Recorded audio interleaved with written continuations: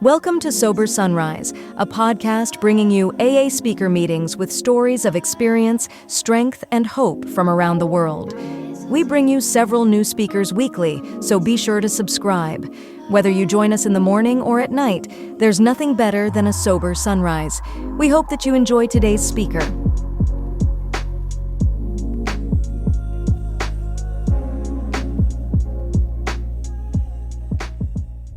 Good morning. My name's Bob Darrell, and I am alcoholic.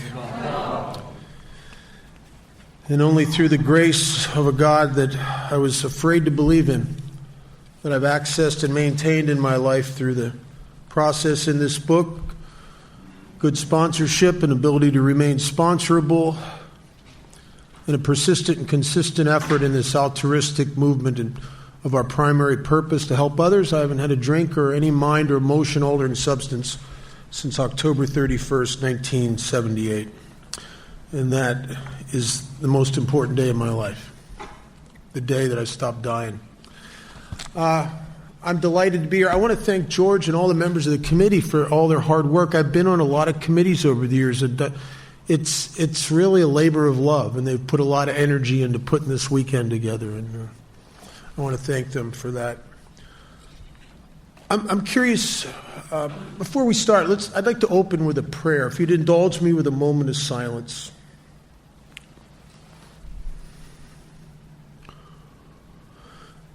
Lord, help me to set aside everything I think I know about you, everything I think I know about myself, everything I think I know about others, and everything I think I know about this program of recovery, all for a new experience in you, Lord, a new experience in myself, a new experience in other people, and a much needed new experience in this program of recovery. Amen. Who's here? That's what I'm curious about. How many people here are in their first year of absolute abstinence? Don't be embarrassed. All right, great. Oh, I'm really glad you guys are here. Welcome, welcome, welcome. Anybody here in their first 30 days? Oh, welcome, welcome. All right, cool, very cool.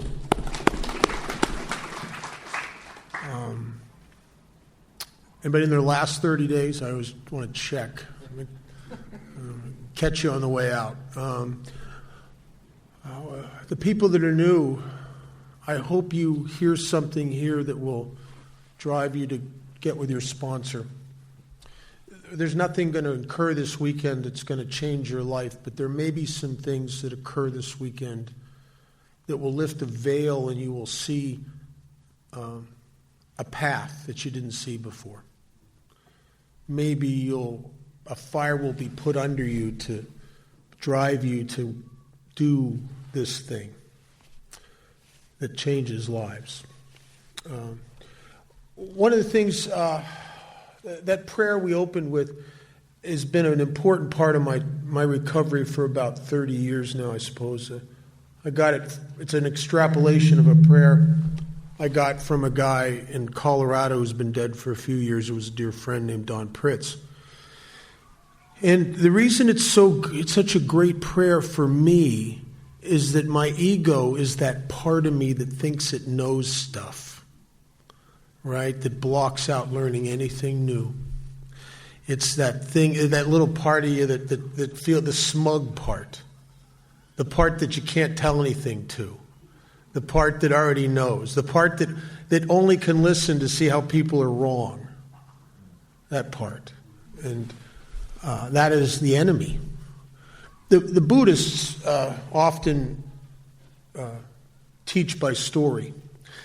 And one of their stories that depicts what they believe is enlightenment, when you get to the point where you know the most important thing you'd ever know, is a story about an old Chinese farmer who exists on this meager piece of land with his son. And they're very, very poor. And they don't own the land. A lord owns the land and allows them to live there and work hard in the field, and they have to tithe most of their crop to the Lord. They get to make a meager living. They don't own the house. They don't own the tools that they toil the fields with. They own only one thing. It's their whole estate, and that is a horse. And they're very proud to own this horse. One day, the horse runs off. And they virtually have lost everything they owned. And all their friends and neighbors and families come over to console them, to tell them how horrible this is. And this little old wise Chinese farmer just looks at them, and as they're telling him how terrible this is, he's lost everything. And he shrugs his shoulders and says, I don't know if it's terrible. Maybe it is, and maybe it isn't. And they look at him like he's out of his mind. A couple days later, the horse returns, and it runs right into the corral as the son stands there holding the gate, leading a whole herd of wild horses. And all of a sudden, this guy is the richest man in the valley. He's hit the frickin' horse lottery. I mean, like, oh my God. And now his friends and neighbors and family come over to celebrate, to tell him how wonderful this is. And he says, I don't know if it's wonderful. Maybe it is, and maybe it isn't. And they think, this guy must be smoking something. You just hit the horse lottery and you don't even think it's good? And he just goes, I don't know. Maybe it is, maybe it isn't. And about a week later, his only son is trying to break one of the wild horses, and he's thrown, and he's crippled up pretty good, and his leg is all mangled up and broken badly. And he can't walk and he can't work. And of course, his loved ones and his friends and his family come over to console him, to tell him how horrible this is, that his only son has been mangled up pretty badly. And he looks at them and he just shrugs his shoulders and says, I don't know if it's bad. Maybe it is and maybe it isn't. And they look at him like he's crazy. This is your only son, and he's been crippled up, and he's got a terribly badly broken leg, and you don't even think that's bad? And he says, I don't know. Maybe it is and maybe it isn't. A week later, the Chinese army came through the valley, and they would force all the young men to go and fight in a battle where none of them could survive. And they couldn't take the son because of his leg. See, the old man knew the most important thing he would ever know. What true enlightenment is that he doesn't know. It is the ego that supposes. It is the ego that assumes. It is the ego that judges. It is the ego that is my enemy. And the worst thing I can carry into today's recovery is the stuff that has come from yesterday, because it limits me here. And I think sometimes some of us puff ourselves up with how many years we have or our accomplishments in AA, and it really blocks us from having legitimately new experience today. And today's the only day I got. I want to talk some, and I know there's a lot of new people here, so this is very important. I want to talk some about what step one has been in my experience. I'm not an academic guy, even though we will talk about some things in the book, but I've discovered over the years that the most important thing that we have to give each other is our experience. Not our opinions, not our beliefs, but our actual experience. You can argue with my opinions because you may not be your opinions, but you can't argue with my experience. It may not be your experience, but it's my experience. I mean, it is what it is. And you're going to get a lot of that today. And the great thing in Alcoholics Anonymous is that we connect with each other through the genuineness of our experience. And I know everybody in this room has had that experience, sitting in a room and someone is opening up and talking genuinely about themselves. Maybe some things that are hard to talk about. And you're sitting there and something is happening between you and that person. There's a resonating thing inside of you. Some of you may have also had the experience of sitting in a meeting and listening to a man or woman share something that intellectually you know you've never heard that, and yet it hits you with such a rightness It's as if you always knew it and you never heard it before. And that has always been the power of Alcoholics Anonymous. It's not in what we know, it's in our experience. I was baffled by step one. I think step one is the hardest thing we ever do. It is so difficult, it kills most alcoholics because they can't do it. When it says in the beginning of chapter 3 that most of us have been unwilling to admit we were real alcoholics, oh my God, that is such a universal thing. I bet you there's people in this room that sitting here today know beyond a shadow of a doubt you're an alcoholic. Yet you can look back in your life to a point that you can see now you were alcoholic that 10 years ago, but you didn't know it, did you? You would have bet anything you weren't alcoholic back then. We don't want to be alcoholic. I'd rather be a mental health case. I'd rather be a drug addict. I'd rather be anything, but not I don't know, what is that about about alcohol? We don't want to be alcoholics. But I am. And they didn't know it. And very slowly, over years of failure, trying to control and enjoy my drinking, I started to get it down in here. In chapter 3, it talks about step 1 differently than it does here. Here it says we admitted we were powerless over alcohol, that our lives had become unmanageable. I could do that and not mean it, and think I meant it. You get me in a treatment center, and a bunch of people looking at me in a group, I'll admit just about anything. I don't want any problems here, I don't want conflict. I don't want the counselor jumping me after the meeting. I'm alcoholic.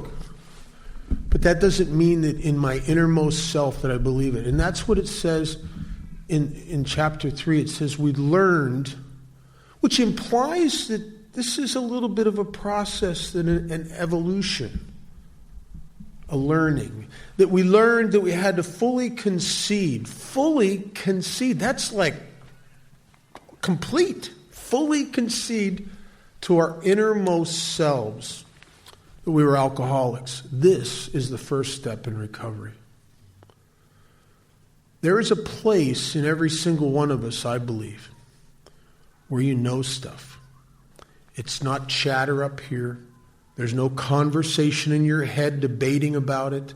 You just know it like you know you need your next breath. And that's where this stuff has to occur.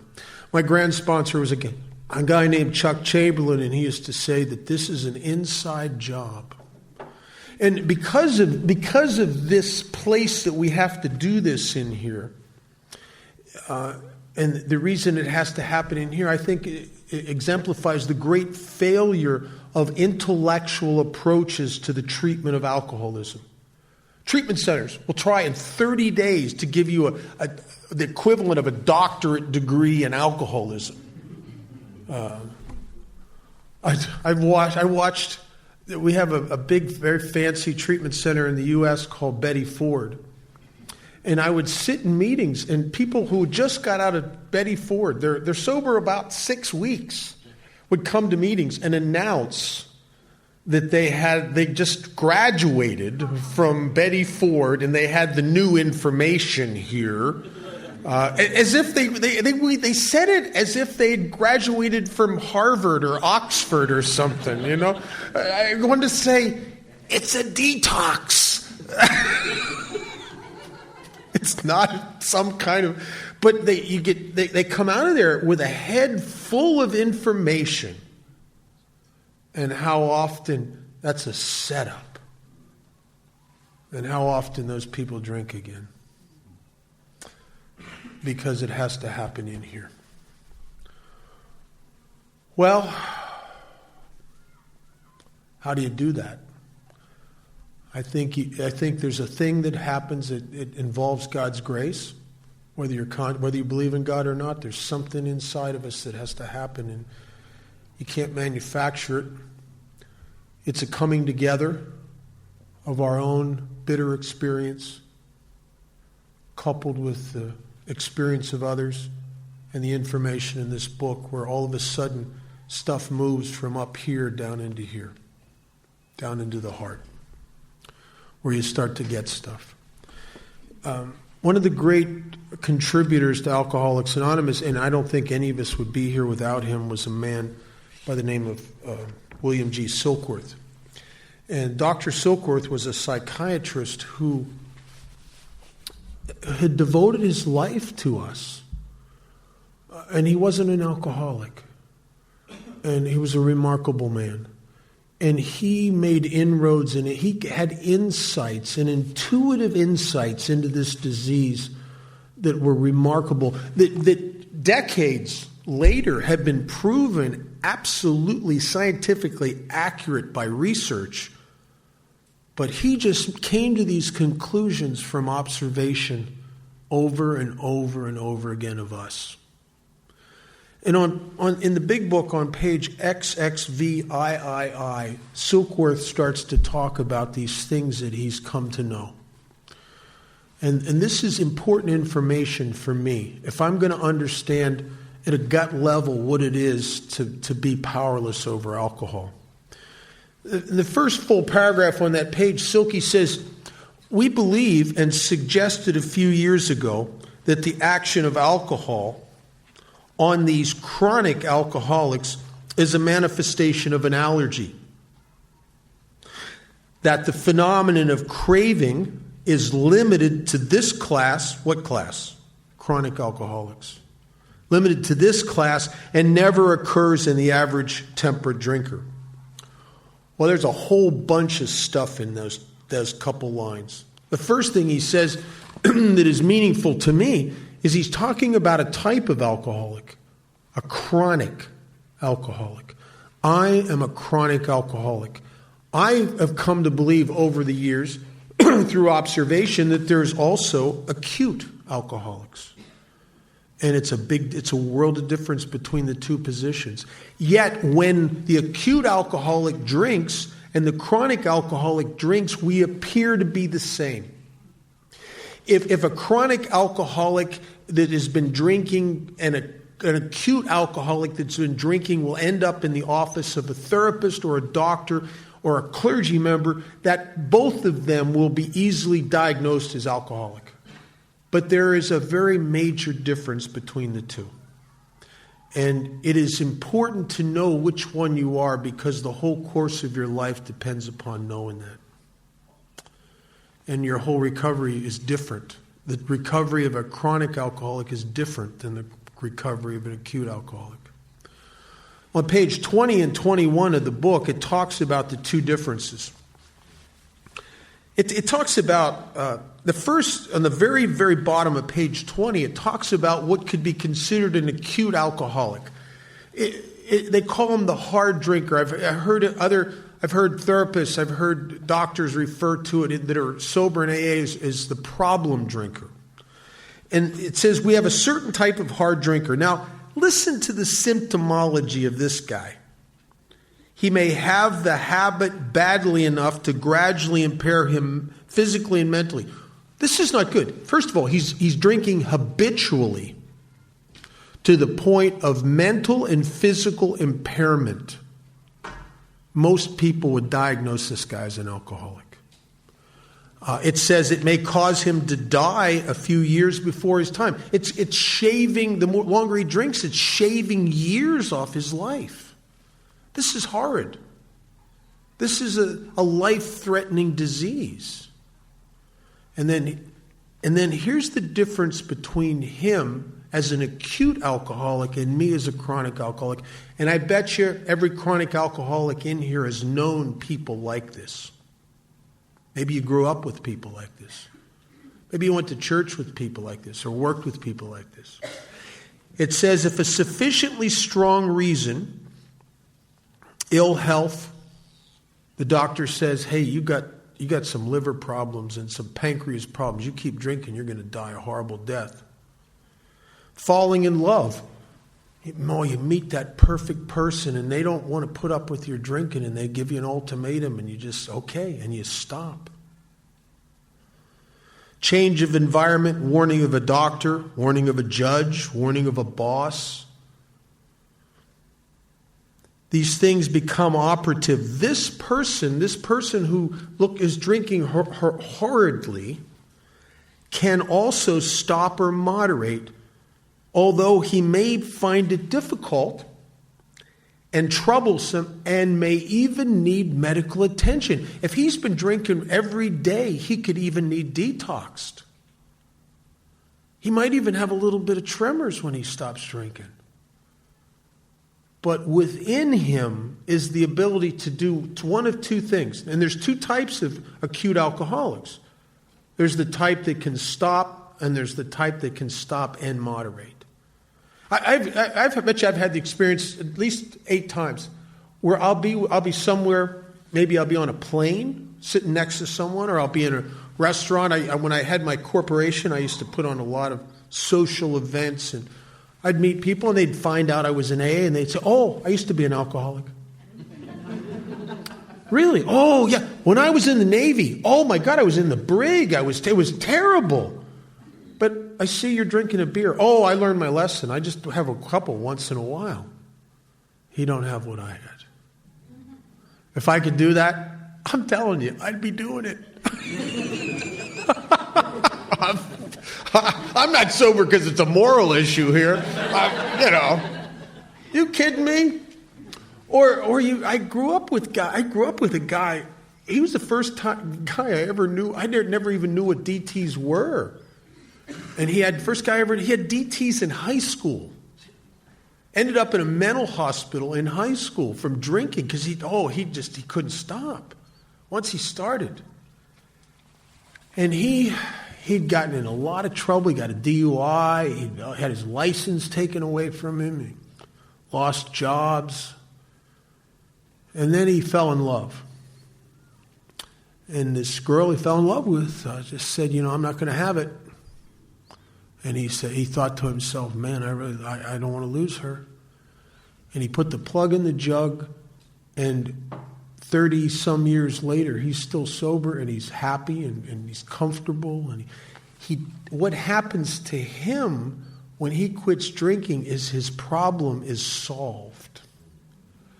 But the chronic alcoholic, like I am, when I quit drinking, my problem, in a vague way I can't put my finger on, right below the surface where I can't really see it, my problem starts. And it's baffling to me. I'm not that guy. I used to want to be that guy because I'd seen guys that could make up their mind to quit drinking, and they did, and they were fine. There's people in AA like that are sober 30 years with the benefit of step none, and they're happy, joyous, and free. I mean, their alcoholism ended when they quit drinking, and they come to AA because it fills the social gap that used to be filled by going to the pubs. AA to them is like the sober Elks or something. It's like it's a social support group. And that's all they need. And as long as they don't pick up the first drink, their alcoholism is over. But mine isn't. See, I'm the guy. I'm not like them. They're kind of cool people when they quit drinking. They're nice people. Friendly, able, kind. I'd like to be that way. But when I quit drinking, I really see how stupid people are. I just see it. I just see the idiots. I mean, it's a gift. It's a gift. What can I say? I just see how stupid everybody is. I'm restless. Silkworth says, the bottom of the page, he says, when we get sober, we're restless, we're irritable, and we're discontented. What does that look like? What's this? What do they mean by restless? Every chronic alcoholic, whoever's quit drinking, knows what that means. That vague, undefinable feeling that wherever you are, it's not really where you need to be. Now, I don't know where I need to be. It's just not here.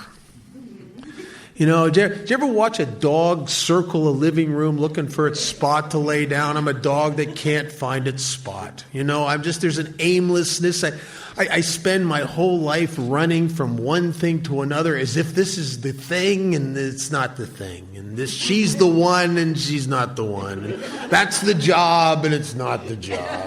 And I can't get settled anywhere, really. I'm restless. The next symptomology that Silkworth says, and these are the things that make me so sick, sober, it drives me back to drinking. Restless, and the second thing is irritable. And people rub me the wrong way. But see, I don't know that. See, what it looks like to me is now that my mind's clearing, because I ain't drinking, I can just see, oh my God, you are really messed up. Oh my God. When I was drinking, this was a nice place to work, but now, oh my God, they're doing it wrong. They're idiots. And it's my ego puffing up. I don't know that what I really am is I'm an egomaniac with an inferiority complex. And what that means, it's not so much I'm a piece of whale crap, I'm a very special piece of whale crap. I loathe myself, I have no self-esteem, and yet at the same time think I'm better and smarter than everybody else. That's crazy. It's almost a contradiction. But I've always been that way when I get sober. And so consequently, I get angst up because life just seems to irritate me. And because people are doing it wrong, I can't forgive them until they're properly ashamed of themselves. So I keep score, because nobody's really properly ashamed of themselves. So I keep score. And until I feel like I'm going to blow up. Until I'm overwhelmed with all these judgments and these conflicts inside of me. Until I'm just about insane. My sponsor says it best. He says he gets sober time and time again, and after a while it was like some hideous force put a spring in the pit of his stomach, and life just started tightening it up every day a little bit more, a little bit more. And the kids why are they making so much noise? And and the tax, look how much taxes I'm paying. And the boss, he's such an idiot. And the traffic has gotten worse. And my God, it's raining all week. And just until you feel like your head's going to blow up. So I'm restless and I'm irritable. And then the last thing goes deep down within me and discontented. Alcoholism is a disease of chronic malcontent. And it's independent of reality. Do you know that it's the same feelings of dissatisfaction and disillusionment occur in the alcoholics living in $10 million homes just as much as in a couple $100 a month flats? Because it's a misinterpreted yearning. Carl Jung, the great psychiatrist who was influential indirectly, he didn't realize it, in the forming of Alcoholics Anonymous. He's the psychiatrist that talks about in our big book when it talks about the guy who went to Switzerland, the rich businessman. He went to see Carl Jung and he spent a year in treatment with Jung. His name was Roland Hazard. And Roland drank again, and Carl told him the truth. Carl said, "Oh, I was hoping you weren't a real chronic alcoholic, but you're a chronic alcoholic, and there is no help anywhere on this planet for you. And your only hope is to make some kind of spiritual conversion, to have some kind of connection." And he thought he could find it in church. And Jung said, going to church may be nice, but it hardly will provide the vital spiritual experience you need. And Roland felt like the doors of hell were closed on him. And Jung continued to work with alcoholics. He was fascinated by them. And in a letter in the early 60s to Bill Wilson, our co-founder, Young said something to Bill that is so right on to me. He said, after working with Roland and countless other alcoholics, he said, I came to the conclusion that the alcoholic's thirst for alcohol is not really a thirst for alcohol. He says, I believe it is a thirst of the alcoholic's being for unity, for connectedness, or if you're more religiously minded, a union with God. That something deep within me yearns for a homecoming, yearns to connect to that from which I came. But Young also says that this is a misinterpreted yearning. And so consequently, the unaided in our culture and society, this misinterpreted yearning will take guys like me down constant roads to perdition, to hell. And yet I'm driven by the yearning and never knew it and never once was conscious of it. I have never been on my way to obtain any kind of self-gratification that later I'm going to regret.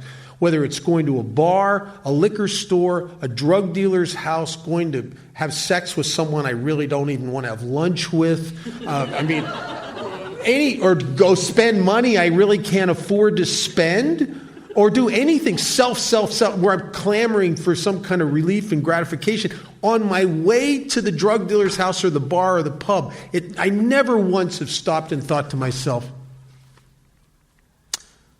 this is a misinterpreted yearning for God. It never comes on the radar for me. And yet, when I read that, I thought, my God, I think that's it. I think that's it.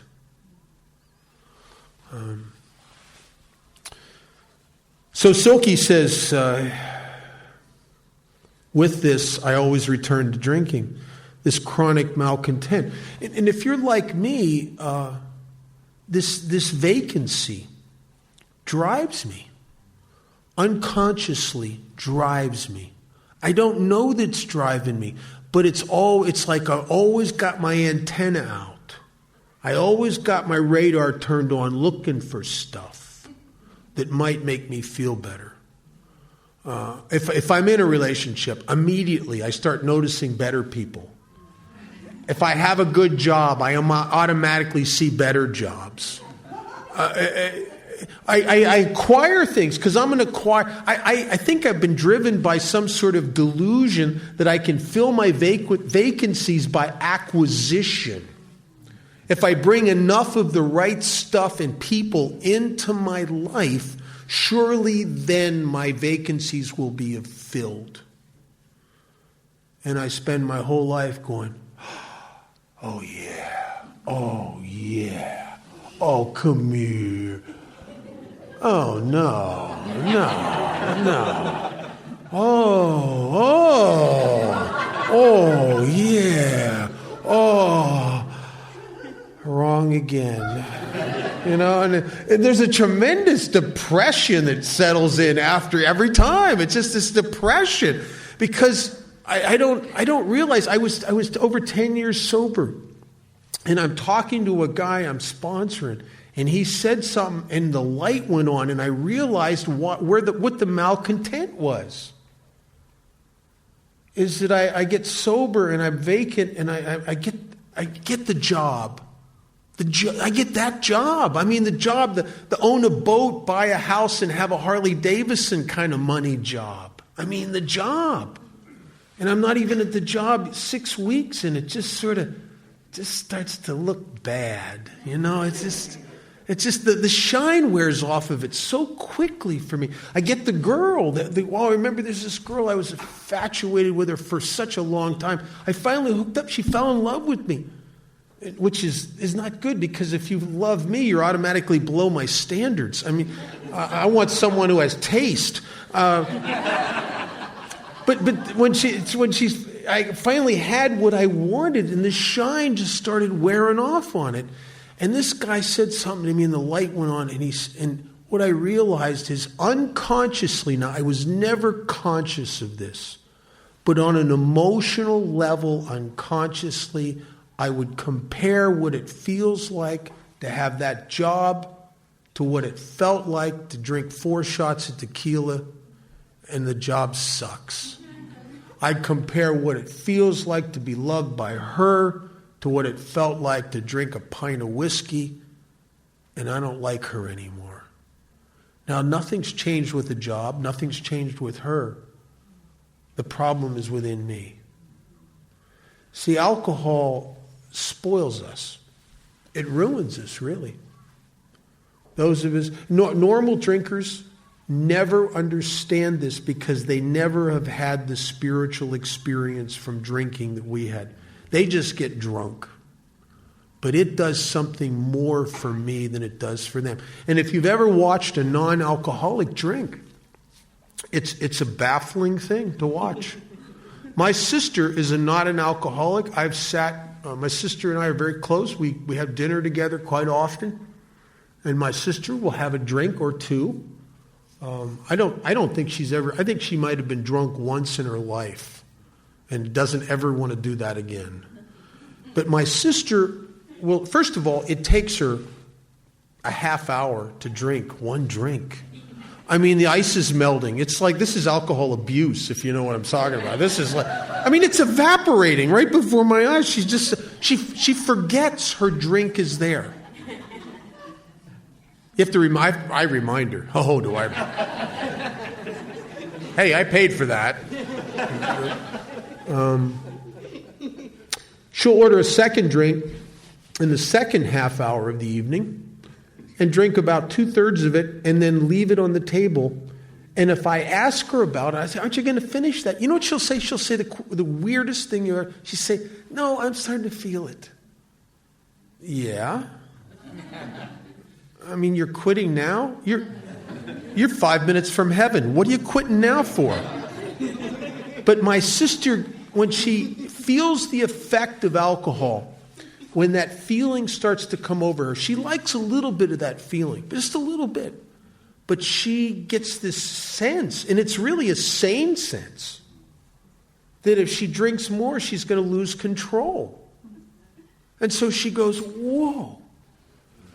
But there's something wrong with me that I get to the same point where my sister gets to, where she's starting to feel the effect of alcohol and gets a sense that if she goes further, she's going to get drunk and lose control. I don't get that. I get a feeling like I'm about to get control. I get a feeling like, oh my God, come on. And I don't have the same reason. I don't have the same relationship. So when my sister and my parents and the women that I lived with and tried to love me, when they would see me build my life back up again sober and then tear it down one more time, they were baffled why I would do that. They were baffled why when I start to drink, I just can't get a little high. I have to get whacked. Why I have to go so far. Why? If you ever drank with a non-alcoholic, they'll say things to you. Don't you think it's time to stop? Don't you think you've had enough? Is anybody in here, have you ever had enough? Have you ever sat in a bar and thought, oh, this is good? I mean, it's never. I'm a chronic alcoholic. It's one more. Now, I may stop to prove a point, or if I'm with you and you're on my back about my drinking, I'll show you. I'll quit, and then I'll sneak out somewhere later on. But I have a different relationship to alcohol than these people. And so what happens to me is I quit drinking, and it just starts to wear on me. This restlessness that I can't really put my finger on. I remember in the irritability and discontent, I had a counselor one time. Because I get depressed after I'm sober for a little while. I just sink into these depressions because my life pales. What I yearn for and what's so depressing is I'm not back to where I was when I was 18 years old and getting high like that. That's depressing. And this counselor said to me one time, he said, because I looked like I was depressed. He later sent me to a psychiatrist to get medication. And he said to me, he says, Bob, what's wrong? And I remember sitting there and I thought, I don't know. I don't know. I'd like to tell you. I really would like to know. By this time, I'd been to a dozen psychiatrists probably. I've been in and out of treatment centers. I'd talked to so many people. I don't know. It's not that there's anything wrong. And that's the baffling part.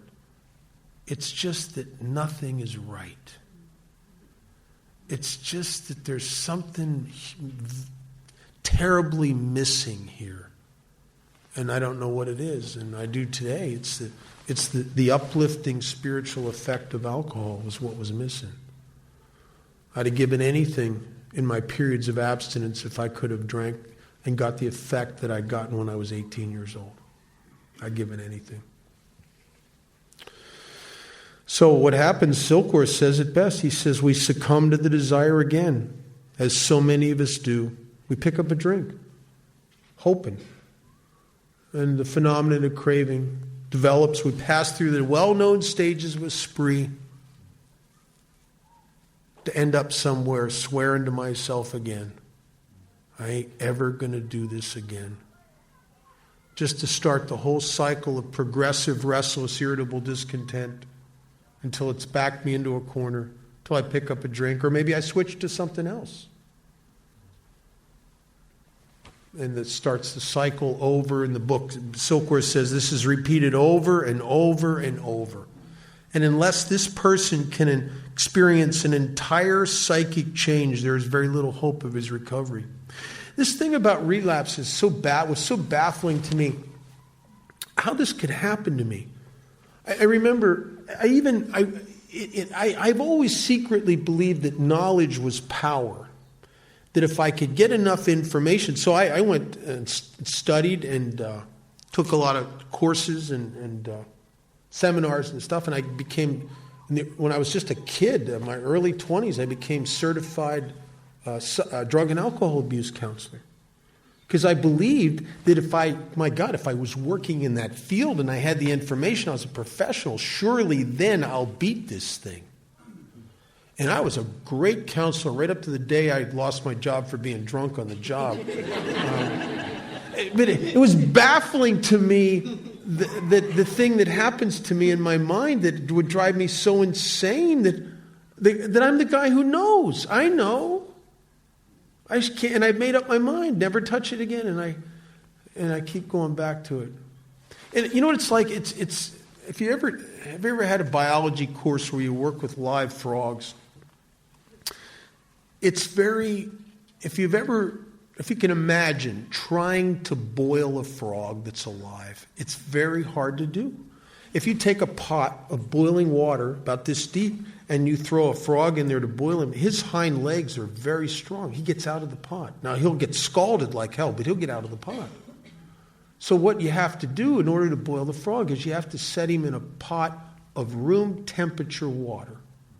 And he just settles in, gets comfortable. And if you turn the heat up slowly enough, the frog never realizes what's happening and he never jumps out of the pot. And he will sit there until he's dead. And alcoholism is very much like that. In my own emotional juices, it cooks me. And when you think about it, I'm just curious, how many people in here have ever gotten to a point where they seriously said to themselves, I'm never doing this again, and then did it after that? Anybody? Most of the room. Okay. If 3 days before you picked up the first drink that was going to end up in your demise where you're almost wishing you were dead, if 3 days before you picked up the drink you knew you were about to burn your life to the ground, you would have jumped out of the pot. But you didn't know. Because alcoholism works us so slowly on the inside. It cooks us slowly in our own emotional juices, in my own restlessness, in my own irritability, in my own discontent. Until it just drives me insane. Insane like running down the street with your hair on fire? No, it's a more hideous, smoldering, secret insanity. The insanity that just all of a sudden has me walking into a bar. When I swore to myself and I understood I should never, ever do this again. The insanity that has me walk into a liquor store. And the day before, I would have given you a lecture about how I'm never going to drink again, how grateful I am. The day before. Because my frog hadn't been cooked quite yet. And this is repeated over and over and over again. And so the real problem with alcoholism in this twofold fork that I'm impaled on is not so much the phenomenon of craving. And the reason that is not the business at hand is because there's nothing we can do to change that. There is no medical way, there is nothing that you can do. If you have alcoholism, which is the litmus test is, do you have the allergic reaction to alcohol? There's a test in the book. Because a lot of people nowadays come here. I work with a lot of guys. They're not so sure. I actually probably did more drugs than alcohol. Well, that's not the issue here. We want to find out if you have this terminal illness that encompasses everything, this hideous disease called alcoholism. And Silkworth came up with the litmus test, the phenomenon of craving. And the book says, here's how you can find out. Chapter 3, it says, if you don't think you're an alcoholic, here, you can check it out. Go over to the nearest pub. Go in there and try some controlled drinking. Now, you may need to do this a couple days in a row to get a good view of it. But let's go in there and you're going to have 2 drinks, and 2 strong drinks if you want, and then you got to shut her down and go home. Now, you can't drink nothing later. You can't smoke nothing. You can't take nothing. No pills, nothing. 2 drinks, that's it. Well, if you're like me, you have the mind I got, I'm going to go into the pub and I'm going to see if these AAs are full of crap. I don't think I'm alcoholic. I know I'm in trouble, but I don't think I got that thing. I'm going to see. I'm going to have 2 drinks. I'm going to shut her down and go home.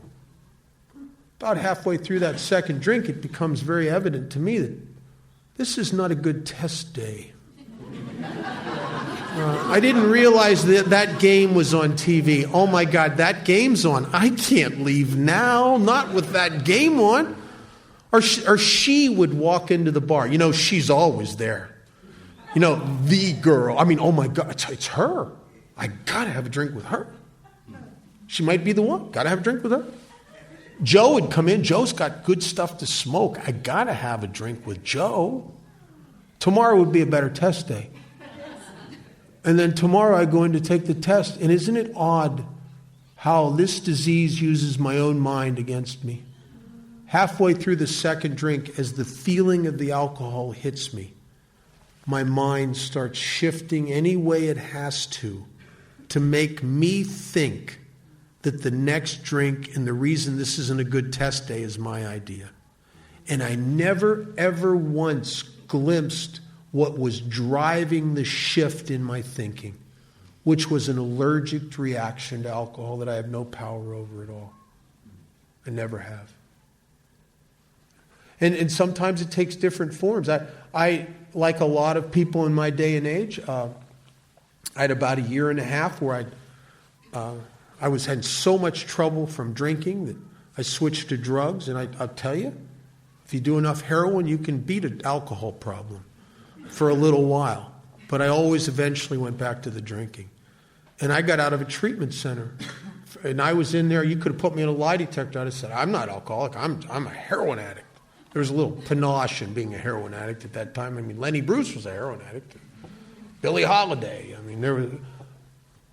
And I came out of there and I would have sworn to you I'm not an alcoholic. I could have maybe, if I would have been able to get honest, tell you how I'd been an alcoholic at one time, but I'm not anymore. I don't drink anymore. That's not my drug of choice, whatever that means. And I got out of there and I hadn't had sex in a long time. And I got out of this treatment center. I'm freshly out of there. And there was a girl that I knew that hung out at this bar, the Regency Hotel. And I knew if I went down there and talked to her, there's a good possibility she's going to invite me to her apartment. And you know how you are when you're newly sober, you got this vacancy. You're looking for something to make you feel better, right? And I'm thinking, okay, I'm going to go down there and talk to her. And went in there, she's sitting there at the end of the bar. I went and sat down next to her. Started talking. She says, can I buy you a drink? And I said, I'm not really a drinker. The couple of years I did drugs, we used to look down on the drinkers, that's about as pathetic as you can get, really. I'm not really a drinker. I'm just, but she said, you do drugs. Are you doing drugs? No, I'm not doing anything. I just got out of treatment. Oh, do you have a problem with alcohol? No, I don't have a problem with alcohol. I'm not a drinker. She said, well, we're going to be here for a while. Let me buy you a drink. All right, give me a rum and Coke. She gets me a rum and Coke. Well, I drink quickly. I've always, I don't know, I think evaporation's a childhood issue or something. Drink quickly. I killed that rum and Coke like that. She's still drinking the same one she had when I came in there. She said, let me buy you another one. I went into my spiel a little not as fervent as I was before. I'm not really a drinker. She says, well, we're going to be here. Let me buy you one. All right, give me another one. I kill that second one. She's finished hers. And she says, let's go up to my apartment. The words I came in there to hear. And now the alcohol's hit me, and I said, hold that thought. And I ran across town and banged on the guy's door because I had 2 drinks of alcohol and I had an allergic reaction to the alcohol that manifested in a phenomenon of craving for more. More what? Whatever is on the radar, it doesn't matter. Do you have the allergic reaction to alcohol? We saw in the States after the Vietnam War, we had literally thousands and thousands and thousands of people coming back into the U.S.